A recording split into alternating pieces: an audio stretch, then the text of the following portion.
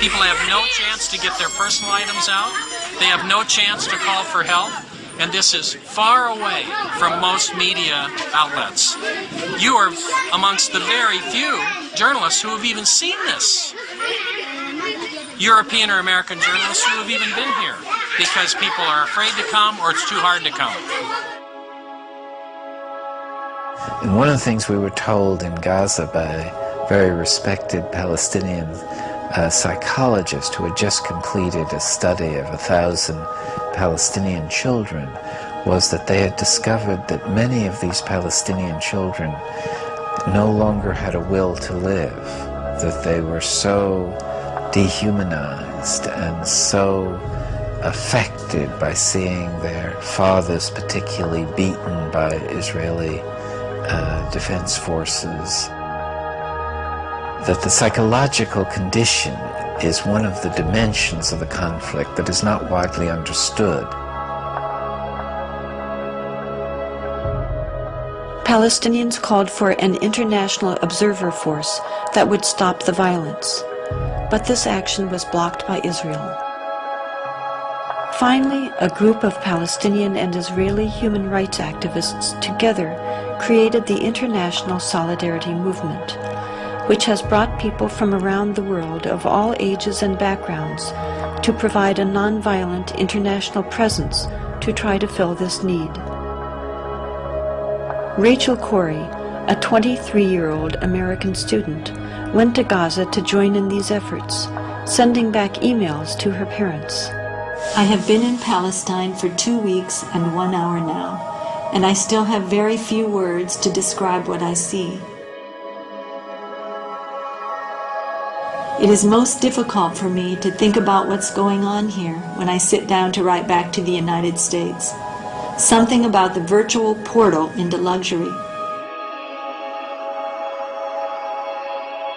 I don't know if many of the children here have ever existed without tank shell holes in their walls, and the towers of an occupying army surveying them constantly from the near horizons. I think, although I'm not entirely sure, that even the smallest of these children understand that life is not like this everywhere. It was Sunday afternoon in Charlotte, about noon actually, and I received a phone call, and my son-in-law, Kelly, was on the phone, and he asked if Craig was there. And something about the way he asked made me realize, I felt right away that something was wrong. And then I asked, why, Kelly? And he hesitated for a minute, and he said, we've had some very sad news. And then my daughter, Sarah, I could hear her in the background, and she got on the telephone, and she said, Mom, it's Rachel. And I think the first words out of my mouth then were, is she dead?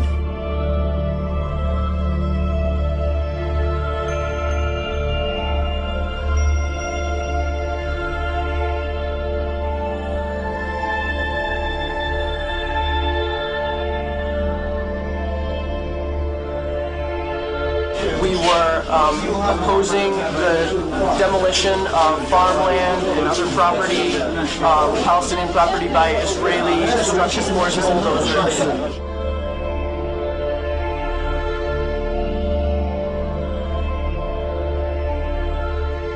And the bulldozer drove up, and it kept going, and she tried to move back, but she couldn't move back, and she got caught underneath. She got caught underneath the bulldozer.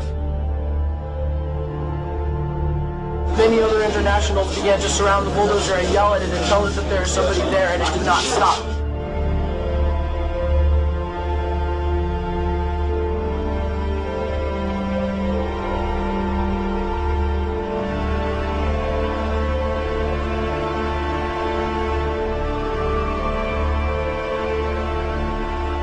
Where Rachel was killed, she was protecting a doctor's home.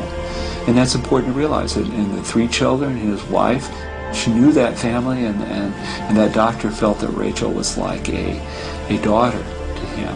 He bought that house. It was in the middle of the neighborhood. There were other rows of houses between his house and the border.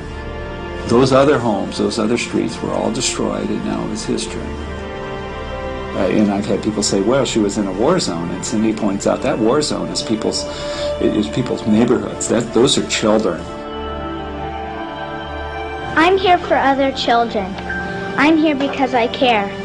I'm here because children everywhere are suffering, and because 40,000 people die each day from hunger.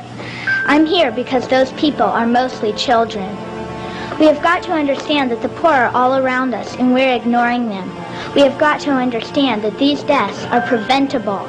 We have got to understand that people in third world countries think and care and smile and cry just like us. We have got to understand that they are us, we are them. My dream is to stop hunger by the year 2000.